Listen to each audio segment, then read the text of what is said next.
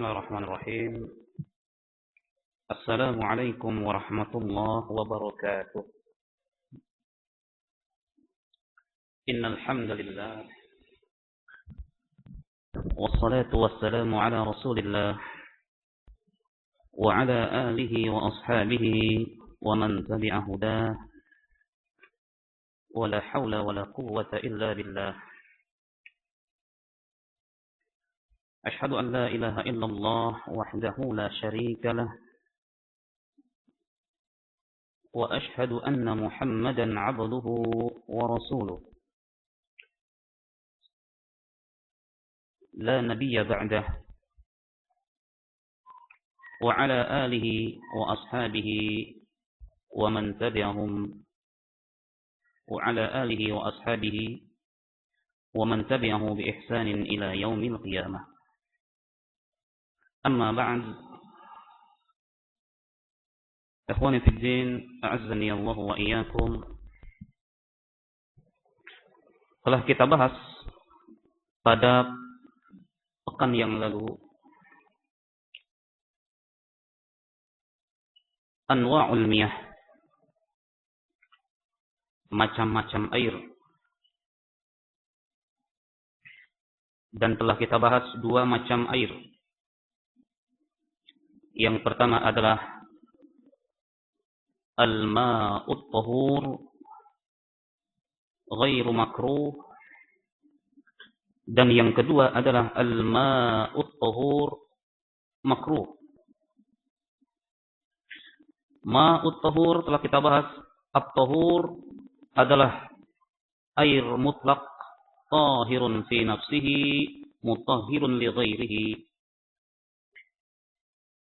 suci pada dirinya dan bisa digunakan untuk bersuci. Maaf, ini yang paling depan kosong atau memang ada orang? Kosong ya, kaplingnya. Punten ini. Subhanallah. Seandainya barisan yang pertama itu diperlihatkan pahalanya oleh Allah, apa yang terjadi? Mungkin berebut. Seandainya pahala itu diperlihatkan oleh Allah, barang siapa yang mendapatkan saf pertama dapat mobil Avanza. Tuh mobilnya dilihatkan. Apa yang terjadi? Mungkin subuh-subuh antum sudah datang. Iya. Jangankan mobil, yang kurang dari itu saja kita berebut. Kalau lihat pembagian sembako di bulan Ramadan, subhanallah, yang nilainya 20.000 diperebutkan oleh banyak orang sampai rela untuk berdesak-desakan. Bahkan kita mendengar ada yang pingsan untuk memperebutkan 20.000. Tetapi kalau hal-hal yang tidak terlihat padahal itu jauh lebih besar, ma la 'ainun ra'at wa la udhunun sami'at wa la khatara 'ala qalbi bashar, tidak pernah terbayangkan oleh mata, tidak pernah terdengar oleh telinga, bahkan tidak pernah terdetik oleh hati. Jauh dari apa yang kita bayangkan, jauh lebih baik pahala Allah. Subhanallah. Melihat saf pertama kosong, kadang-kadang kalau kita lihat saf pertama kosong, ya, kadang-kadang kita mempersilahkan teman kita untuk menutup saf pertama tersebut. Betul tidak? Ada yang kosong, fadhil akhi, silakan Pak. Subhanallah. Seandainya pahala diperlihatkan, mungkin kita akan berebut. Lau ya'lamun an-nas ma fi an-nida'i was-saffil awal. Seandainya manusia tahu pahala yang terdapat pada azan dan saf pertama, niscaya mereka akan berusaha mendapatkannya walaupun harus dengan cara berebut. Makanya ikhwani fi din azakumullah,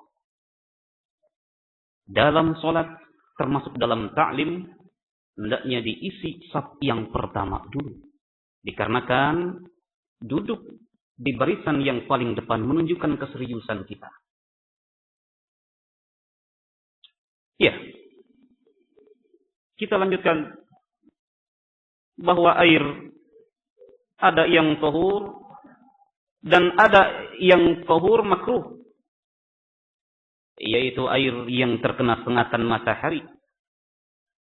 Dan kita jelaskan bahwa Al-Imam Nawawi rahimahullah menganggap bahwa air yang terkena sengatan matahari tidaklah makruh seseorang untuk bersuci dengannya.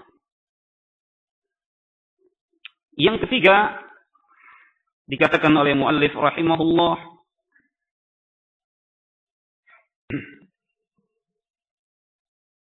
tahirun, ya, qala al-muallif, ya, bagian yang ketiga, tahirun, yaitu fi nafsihi, suci pada dirinya, ghairu mutahhirin li ghairihi,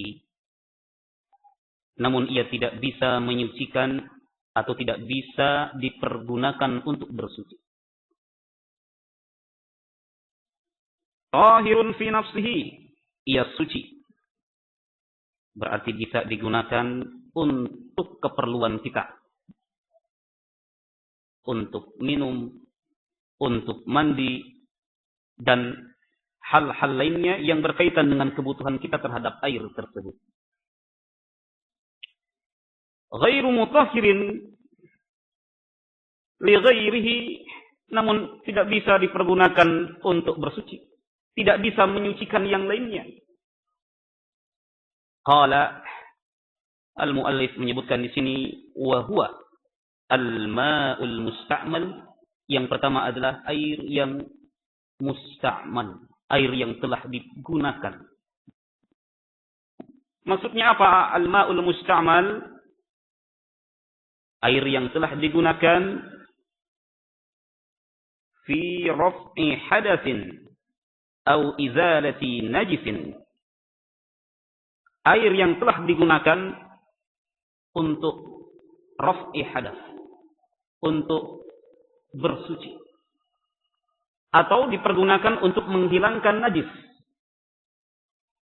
Air yang telah digunakan fi raf'i hadasin telah kita terangkan fi taharati wajibin atau wajibah, fi taharati wajibah, pada taharah yang wajib. Al-Khatib Asy-Syarbini di dalam kitabnya Al-Iqna menyebutkan taharah wajib itu adalah taharah yang la budda, yang memang harus kita bersuci. Kalau kita tidak melakukan taharah, maka tidak sah salat kita. Taharah yang wajib, kita terangkan bahwa taharah itu ada dua. Ada taharah yang sifatnya wajib, inilah taharah yang mengangkat hadas. Ada taharah yang tidak wajib. Taharah yang wajib adalah wudu pada orang yang berhadas. Taharah yang tidak wajib contohnya adalah tajdidul wudu, memperbaharui wudu, yaitu orang yang telah memiliki wudu, dia belum berhadas, dia perbaharui wudunya. Perbedaannya adalah taharah yang wajib, dia mengangkat hadas. Sementara taharah yang sunnah tidak mengangkat hadas. Sehingga ikhwani fi din azakumullah, kekuatan airnya beda.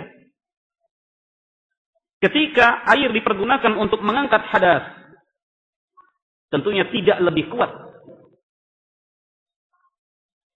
jika dibandingkan dengan air yang dipergunakan untuk memperbaharui atau memperbaharui wudu.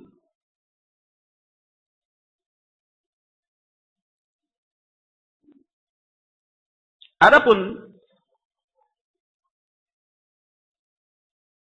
air yang dipergunakan pada taharah yang tidak wajib, kita katakan air tersebut tetap pada tahuriyahnya. Artinya, kalau sudah kita katakan tahuriyah, tahirun fi nafsihi, mutahhirun li ghairihi. Dia suci dan dapat dipergunakan untuk bersuci. Mengapa ikhwan fillah azakumullah air yang telah dipergunakan untuk berwudu, ya, kita katakan al-musta'mal di sini adalah man fasala min a'dha'il wudu, al-ma'ul ladzi infasala min a'dha'il wudu, air yang taqatara, yang tertetes dari anggota-anggota wudu kemudian dikumpulkan dalam satu bejana. Ini musta'mal, ya, bukan air yang di bak kita tidup kemudian sisanya, bukan itu, yaitu air kita pergunakan di tangan kita kemudian tertetes tetesan-tetesan, itulah yang namanya air musta'mal. Mengapa air musta'mal tidak bisa dipergunakan untuk berwudu?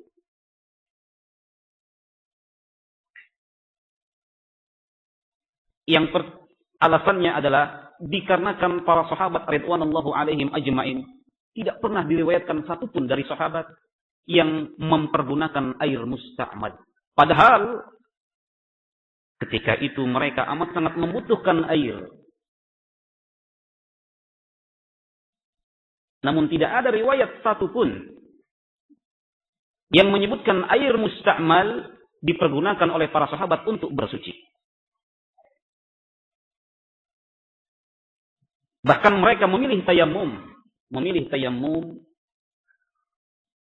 dibandingkan ketika mereka menggunakan air yang telah digunakan untuk bersuci. Mengapa air musta'mal kita katakan suci? Karena sebagian ada yang mengatakan najis, dan ini adalah pendapat yang lemah. Suci dikarenakan Rasulullah sallallahu alaihi wasallam dalam riwayat Bukhari, beliau memercikan air bekas wudu beliau kepada Jabir bin Abdullah yang ketika itu sakit. Ini menunjukkan kalau air musta'mal itu suci, namun tidak bisa dipergunakan untuk bersuci. Alasannya apa? Air tersebut sudah hilang kemutlakannya menurut sebagian ulama mazhab Syafi'i. Sudah dikatakan al-ma'ul musta'mal. Ada yang mengatakan alasannya adalah sifatnya ta'abbudi. Sebagian ulama Syafi'iyah, ya seperti yang disebutkan oleh Al-Khatib Asy-Syarbini, mengatakan bahwa alasannya dua. Namun al-asah adalah alasannya air tersebut sudah hilang kemutlakannya. Sudah dikatakan air musta'mal. Dan kekuatannya tidak bisa disamakan dengan air yang tahur.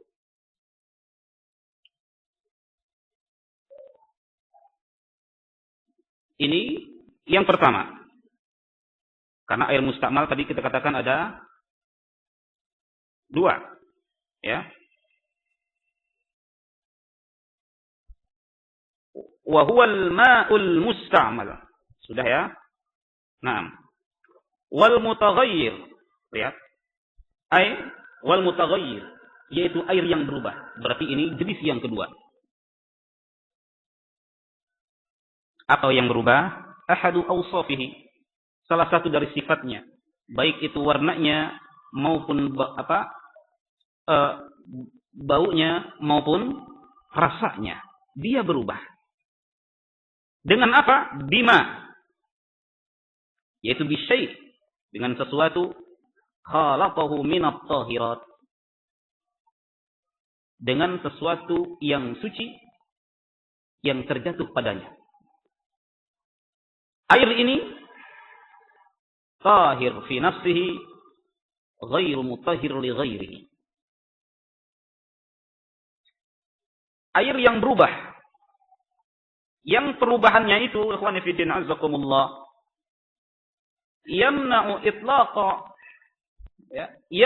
itlaqa ismil ma'i alaih. Yang perubahannya itu menyebabkan tidak bisa lagi dikatakan air. Artinya memang perubahan yang banyak, bukan perubahan yang sedikit. Perubahannya banyak, sehingga kita tidak bisa lagi mengatakan bahwa itu adalah air. Air yang sudah hilang kemutlakannya. Seperti air kopi. Ya. Sudah hilang kemutlakannya, ia sudah menjadi kopi. Adapun perubahan yang yasir, perubahan yang misalkan kita memiliki bejana, kemudian terjatuh ya minyak wangi sedikit, ya 1 tetes, 2 tetes, 3 tetes, tidak ada perubahan, namun ada sedikit bau dari minyak wangi tersebut, maka tidak menyebabkan air tersebut menjadi thahir. Air tersebut tetap pada kemutlakannya. Jadi perubahan yang dimaksudkan di sini al-mutaghayyir, yaitu taghayyuran yamna'u itlaq ismil ma'i 'alaih. Perubahan yang menghilangkan kemutlakan air, tidak bisa disebut air lagi.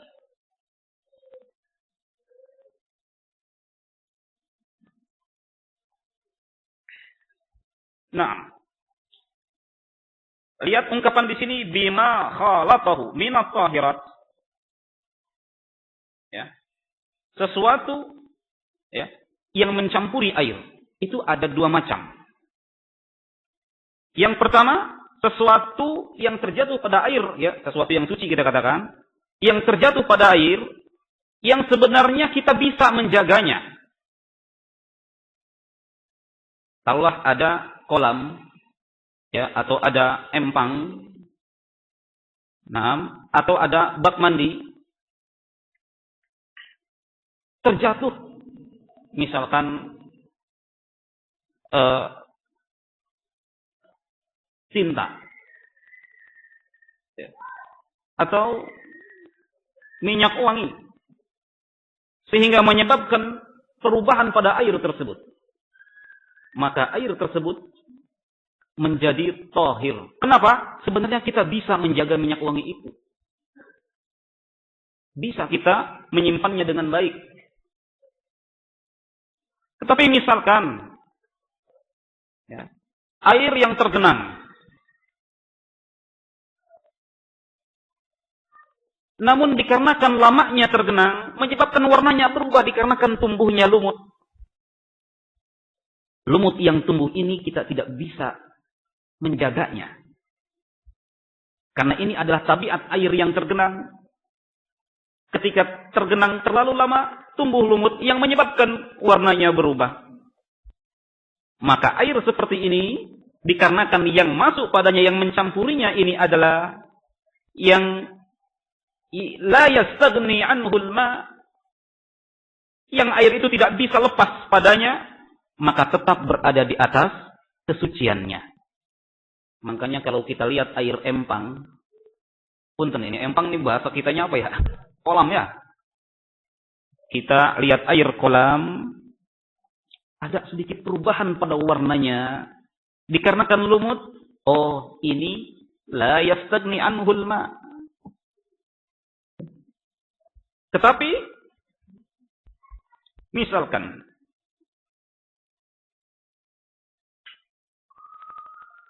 kita memiliki kolam, kita ulang lagi, namun kita menjatuhkan dengan sengaja biar berubah bau, warna dan rasanya, bau, warna atau rasanya, maka air tersebut ya, air tersebut menjadi thahir dikarenakan ada campur tangan kita. Ingat, bedakan antara yang tahur dan yang thahir. Kalau tahur berarti thahirun fi nafsi, mutahhir li ghairihi.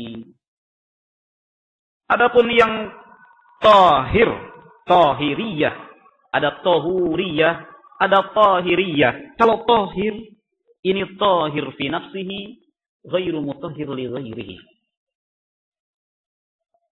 Nah, jadi penting kita mengetahui perubahannya ini dikarenakan apa. Ya. Kalau dikarenakan memang sesuatu yang susah untuk dielakkan, misalkan kita punya kolam, ada pohon, jatuh. Ya, terjatuhlah daun-daun yang di pohon. Kita tidak bisa untuk apa? Menjaga daun-daun tersebut jatuh. Berubahlah warnanya, maka air itu thahir atau tahur? Coba yang di depan kan, yang ditanya. Nah, thahir atau tahur? Perubahan disebabkan daun yang terjatuh. Fadhal? Thahir. Antum? Thahir. Perubahan disebabkan daun yang terjatuh. Thahir atau tahur? Iya. Air tersebut tahur. Mengapa? Kita tidak bisa untuk apa? untuk menjaga jatuhnya daun ke kolam itu. Tetapi kalau yang jatuh itu misalkan buahnya ini, misalkan pohonnya pohon apa?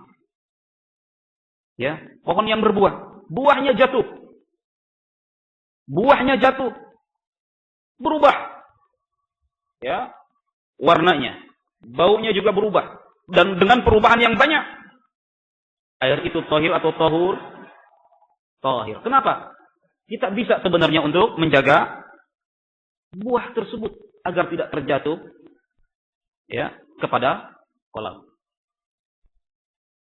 Nah,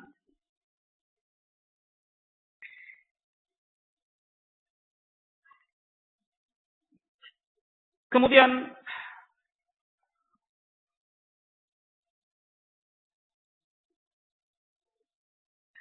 wal mutaghayyir bima khalaqahu min at-tahirat. Kemudian kata beliau berikutnya, wa ma'u najis, yaitu air najis. Yaitu air yang terjatuh padanya najis.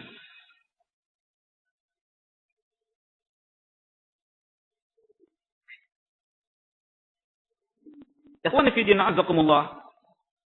Al-muallif rahimahullah mengatakan wa ma'un najis. Berarti di sini air yang najis. Air yang terkena najis. Di sini dikatakan wa huwa alladhi halat fihi najasatun. Yaitu yang terjatuh padanya najis. Kalau yang kedua tadi atau yang tadi yang jatuh adalah benda yang suci. Tetapi yang sekarang ini adalah qismul akhir, ya, min aqsamil miyah, bagian terakhir dari macam-macam air itu air yang najis.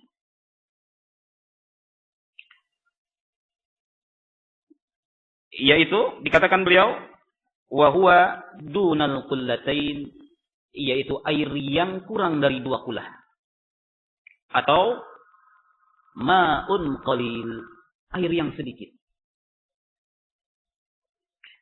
Air berdasarkan kesepakatan para ulama dibagi menjadi 2. Yang pertama ma'un qalil dan yang kedua ma'un katsir. Air yang sedikit dan air yang banyak. Adapun jika kita berbicara tentang air yang sedikit, wa huwa dunal qullatain, yaitu air yang kurang dari 2 kullah, maka parameternya adalah jatuhnya najis tersebut. Kalau jatuh najis, dia menjadi air yang najis. Air yang terkena najis, dia menjadi air yang najis, tidak bisa dipakai untuk bersuci. Dan juga hukumnya najis.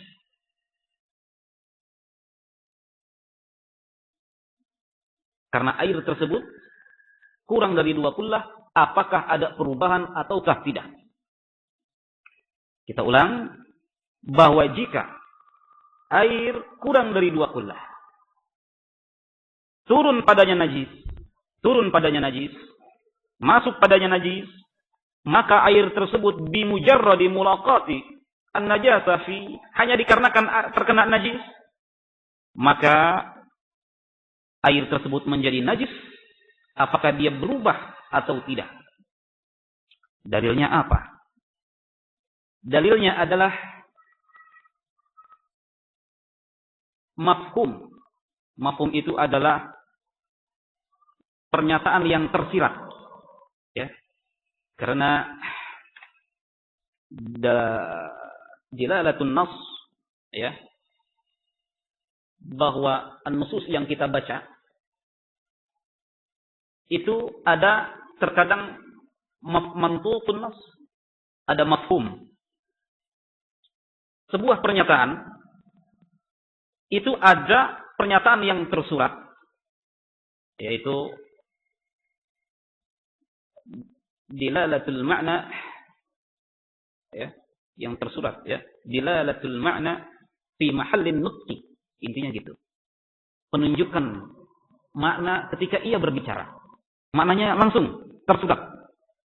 Tetapi ada yang mantuk. Mantuk itu dilalatul makna atau dilalatul makna fi mahallis sukut. Yaitu pernyataan yang tersirat. Yaitu hadis Abdullah ibn Umar yang mungkin sering kita baca, sering kita dengar. Rasulullah sallallahu alaihi wasallam bersabda, "Idza balagal ma'u qullatain lam yahmilil khabath wa fi riwayah lam yanjus." Apabila air mencapai 2 kula, dia tidak membawa najis. Maksudnya apa? Dalam riwayat yang lain, lam yanjus, tidak ternajisi. Pernyataan tersuratnya adalah yang kita pahami dari sabda beliau sallallahu alaihi wasallam bahwa air yang 2 kula tidak akan membawa najis. Pernyataan yang tersiratnya apa? Berarti kalau kurang dari 2 kula, nanti kita akan terangkan apa 2 kula itu, nanti ada pernyataan beliau kadarnya seberapa. Berarti kalau kurang dari 2 kula, berarti air tersebut bisa ternajisi. Ini mafhumnya ini. Contoh ya, mafhum dan mantuk penting kita sedikit bahas tentang mafhum dan mantuk. Man yuridillahu bihi khairan yufaqihu fid din. Barang siapa yang Allah inginkan kebaikan kepada seseorang, yufaqihu fid din, Allah akan faqihkan dia dalam agama. Ini pernyataan tersurat. Mafhumnya apa? Kalau Allah tidak ingin kebaikan, Allah tidak akan faqihkan dia dalam permasalahan agama. Tetapi tidak semua nas itu memiliki mafhum, memiliki pernyataan tersirat. Makanya butuh bimbingan para ulama. La ta'kulur riba ad'afan mudha'afah. Jangan kamu memakan riba yang berlipat-lipat. Wah, kalau gitu, mafhumnya kalau enggak berlipat-lipat, boleh dong. Berarti kalau dikit-dikit aja ya boleh. Iya. Apakah seperti ini? Ini mafhum katanya. Lah. Hadhil ayah la mafhuma laha. Ayat ini tidak memiliki mafhum, tidak memiliki pernyataan tersirat. Mengapa? Ini maksudnya adalah libayanil ghalib. Ini penting, makanya kita belajar apa? Usulul fiqh. Ilmu fikih dan usulul fiqh adalah seperti dokter dengan apoteker. Seorang dokter ketika ingin mengetahui dan ingin memberikan solusi, dia harus bisa meracik apa? Obatnya harus pas. Ini fikih, pemahaman fikih harus diiringi oleh kompetensinya dalam memahami usulul fiqh, kaidah-kaidah ijmaliyah. Ribayanil ghalib untuk menerangkan keumuman.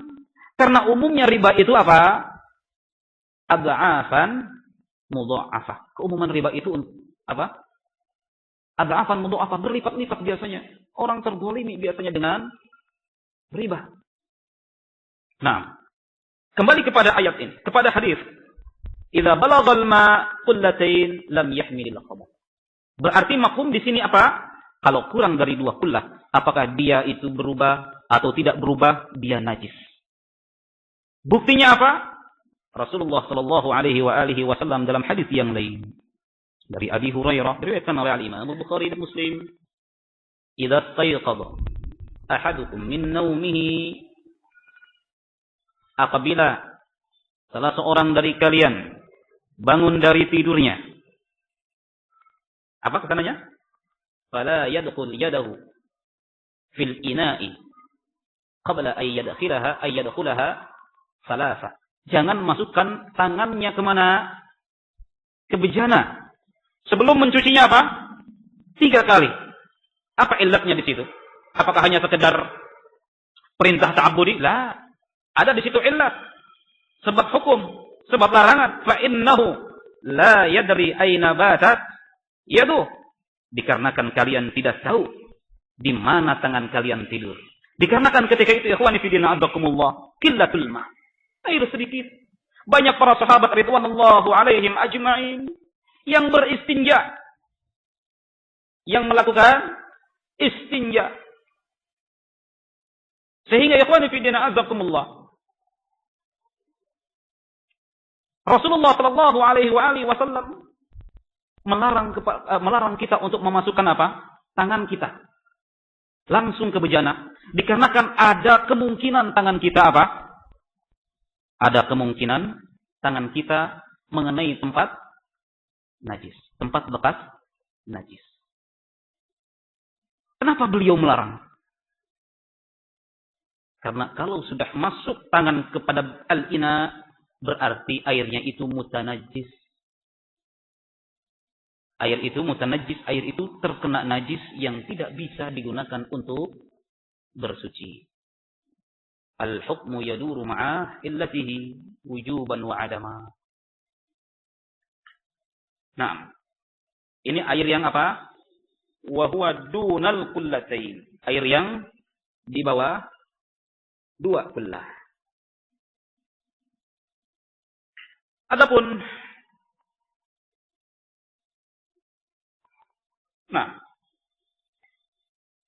ada pengecualian. Ya, penting agar kita tidak bertanya lagi. Ada pengecualian dalam hal ini, yaitu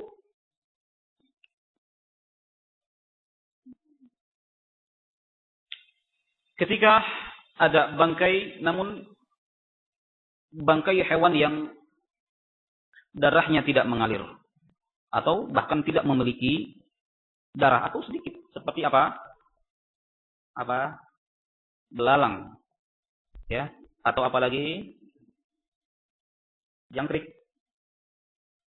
Nah, lalat. Dalilnya apa? Dalilnya Bukhari juga. Idza waqa'a adh-dhubab, kata Rasul, fi syarabi ahadikum falyadmishu thumma yanza'hu fa inna fi ahadi janahaihi da wa fil akhari shifa. Diriwayatkan oleh al-Imam Bukhari, apabila lalat masuk ke minuman kalian, minum ini kurang dari 2 kula atau banyak lebih dari 2 kula. Ya, kalau mengatakan 2 kula, apa itu? Kurang dari 2 kula. Masuk, celupkan. Kemudian cabut. Kenapa? Karena pada satu sayap ada obat, satu sayap ada penyakitnya. Atau satu sayap ada penyakit, satu sayap ada obatnya. Lihat di sini Rasulullah sallallahu alaihi wasallam tidak menyuruh kita untuk apa? Membuang air tersebut. Ini menunjukkan kalau perkaranya itu adalah mait, ya, binatang yang seperti lalat yang darahnya tidak mengalir, maka hal tersebut dimaafkan. Air tersebut tidak menjadi apa? Mutanajjis, tidak menjadi najis, ya, dengan jatuhnya hewan-hewan yang, ya, darahnya tidak mengalir tersebut kepada bejana kita atau minuman kita. Nah, namun kalau kita sengaja menjatuhkan, ya, kita sengaja menjatuhkan kumpulan lalat misalkan.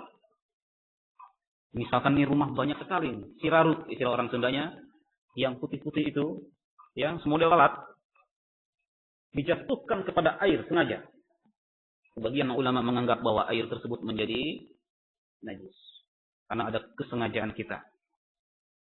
Ya, atau sebagian yang lain tidak najis tetapi menjadi tahir, bukan tahur lagi. Nah,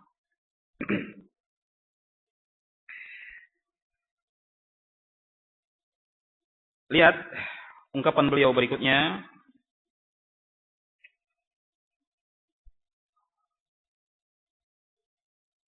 Au kana kullatain fataghayyar. Ya.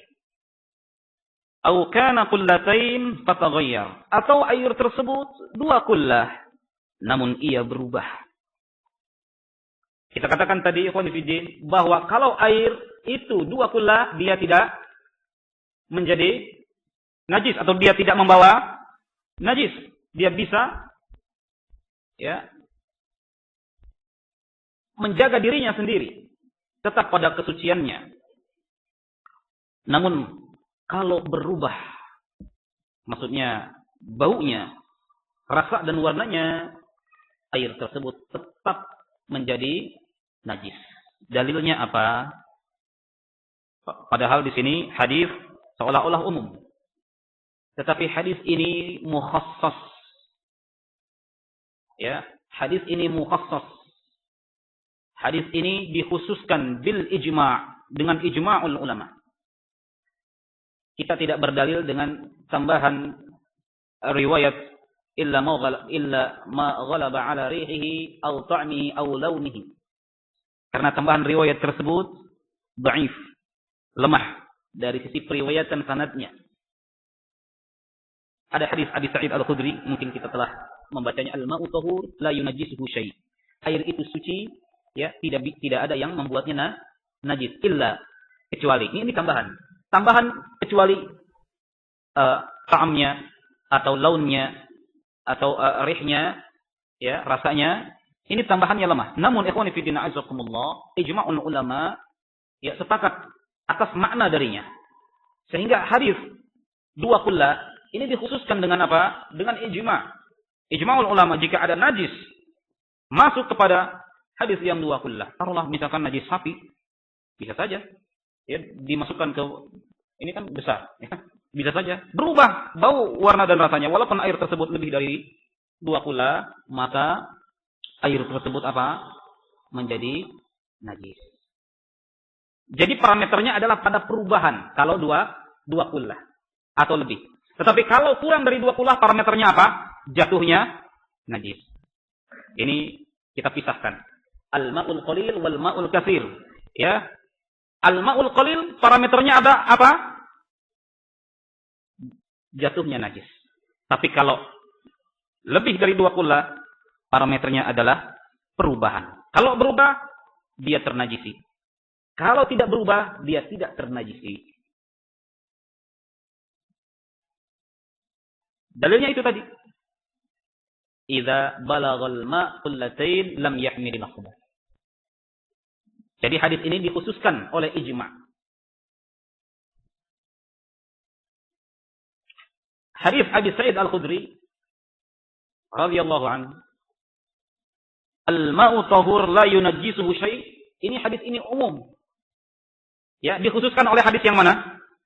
Hadis dua kullah. Kecuali kalau dua kullah. Hadis dua kullah ini mengkhususkan hadis Abi Sa'id Al-Khudri. Dan hadis dua kullah dikhususkan oleh apa tadi? Oleh apa? Ijma'. Jadi hadis, ya, yang hadis Abdullah bin Umar, idza balagal ma' qullatain, apabila air mencapai dua kullah, di salah satu sisi dia mukhassis, dia mengkhususkan keumuman hadis Abi Sa'id yang menyatakan air itu suci, la yunajjisuhu syai', tidak ada yang menajisinya. Kalau dua kullah ada ternajisi. Maaf, kalau kurang dari dua kullah ternajisi. Di sisi lain, hadis ini mengkhususkan atau dikhususkan mukhassas oleh ijma'ul ulama. Kalau hadis dua kullah, ya, nah, walaupun lebih dari dua kullah, kalau ada perubahan, ya, bau, rasa dan warna, maka tetap menjadi najis. Nah, sampai sini bisa dipahami, insyaallah, ya. Tsumma qala rahimahullah. Nah. Wal qullatan 500 ritlin bagdadiyyin taqriban fil asah. Dan dua kullah ini adalah 500 liter dalam ukuran takarannya Iraq Baghdadi. Taqriban fil asah. Kira-kira menurut pendapat yang asah. Al-asah ini yang lebih benar, ya, dari pendapat para ulama mazhab Asy-Syafi'iyah. Karena, ya, dalam satu mazhab Syafi'i sendiri terkadang ada perbedaan. Namun beliau di sini jika dikatakan ada al-asah, berarti yang rajih, ya, adalah yang disebutkan al-asah. Muqabilul asah as-sahih. Ya, ada asah, ada sahih. Nanti kita terangkan insyaallah pada pertemuan-pertemuan yang akan datang. Cuman kita katakan di sini 500 liter dalam ukuran Irak, kira-kira singkatnya adalah 190 liter ukuran kita. Ungkapan beliau takriban, kira-kira, berarti jika kurang misalkan 2 atau 3 liter, ya, maka masuk kepada hukum dua kullah. Jadi ada sesatannya, plus minus, ya, namun jangan sampai sesatannya itu lebih banyak. Ya 2 atau 3 liter kurang misalkan, ya, dikarenakan mungkin susah kita untuk menghitungnya, hanya sekedar mengira-ngira saja, maka wallahu alam masuk ke dalam hukum air yang katsir. Kemudian qala rahimahullah, faslun wa juludul maitati tathuru bid-dibad illa jildal kalb wal khinzir wa ma tawallada minhuma aw min ahadihima wa 'azmul maitati wa sya'ruha najisun illa al-adamiyah. Pasal, berarti ini kita pasal yang baru. Bahwa juludul maitati, kulit-kulit bangkai. Bangkai ini apa? Kullu hayawan mata bi ghairi zakatin syar'iyyah. Ini bangkai. Setiap hewan yang mati tanpa ada proses penyembelihan yang legal secara syar'i. Mati ketabrak, bangkai berarti. Mati tenggelam, bangkai berarti. Ya, tanpa ada proses penyembelihan. Atau masuk kepada hukum bangkai setiap penyembelihan yang tujuannya salah, seperti penyembelihan untuk apa? Untuk patung-patung, berbuat syirik. Ya. Ini masuk kepada hukum bangkai. Nah, dikatakan di sini wajuludul maitati tadkhuru bid-dibag.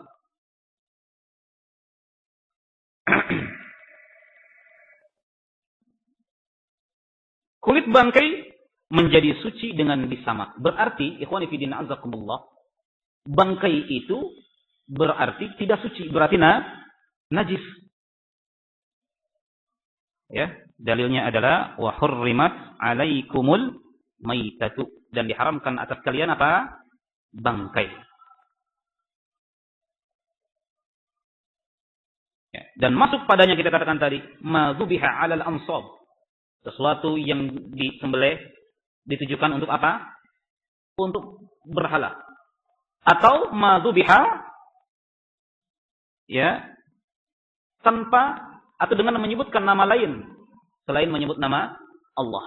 Ini masuk kepada hukum bangkai. Nah, lihat di sini bahwa hewan itu dilihat dari boleh dan tidaknya dimakan ketika dia hidup, itu menjadi 2 kategori. Hewan yang boleh untuk dimakan, yang halal untuk dimakan, dan hewan yang la yu'kalu lahmuhu, tidak halal untuk dimakan. Ya. Hewan yang halal untuk dimakan jika, ya, dia disembelih dengan penyembelihan yang syar'i, dia bukan bangkai. Tetapi dia suci, bisa untuk dimakan. Hewan yang halal untuk dimakan, masih hewan yang halal untuk dimakan, mati tanpa apa? Tanpa ada proses penyembelihan, walaupun dia halal untuk dimakan. Kambing mati misalnya ketabrak mobil, ya, maka dia menjadi bangkai najis, tidak boleh untuk dimakan. Yang kedua, hewan yang tidak boleh untuk dimakan. Hewan yang tidak boleh untuk dimakan. Hewan yang tidak boleh untuk dimakan, ini dibagi menjadi 2 lagi.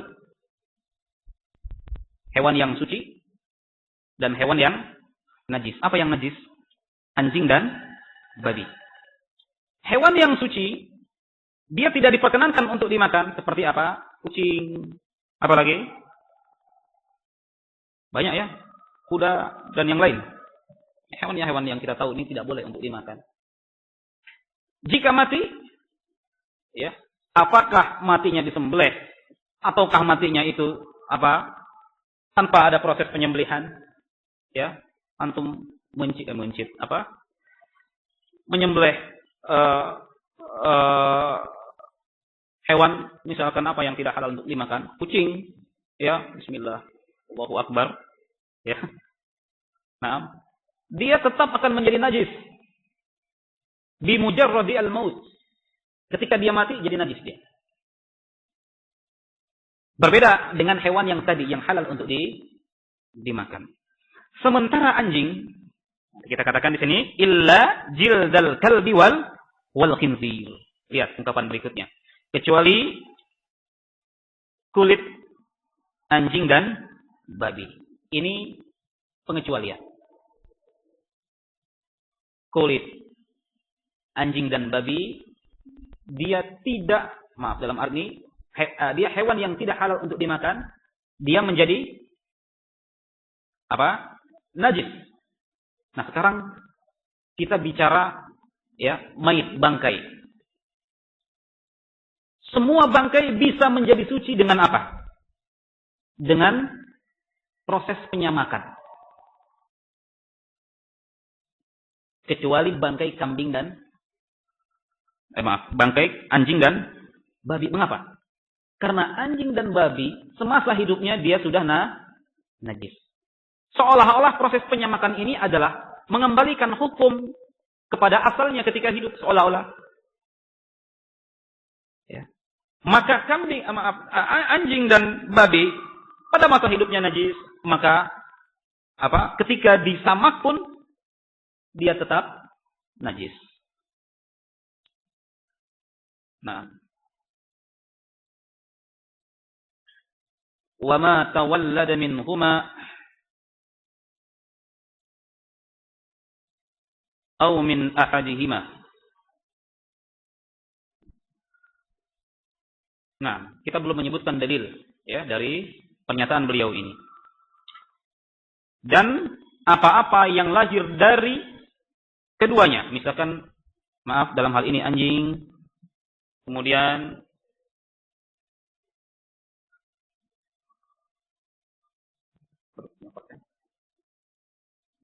dalam hal ini anjing, kemudian kawin dengan babi, lahirlah ya turunan anjing dan babi. Dapat dibayangkan tidak? Bingung ya?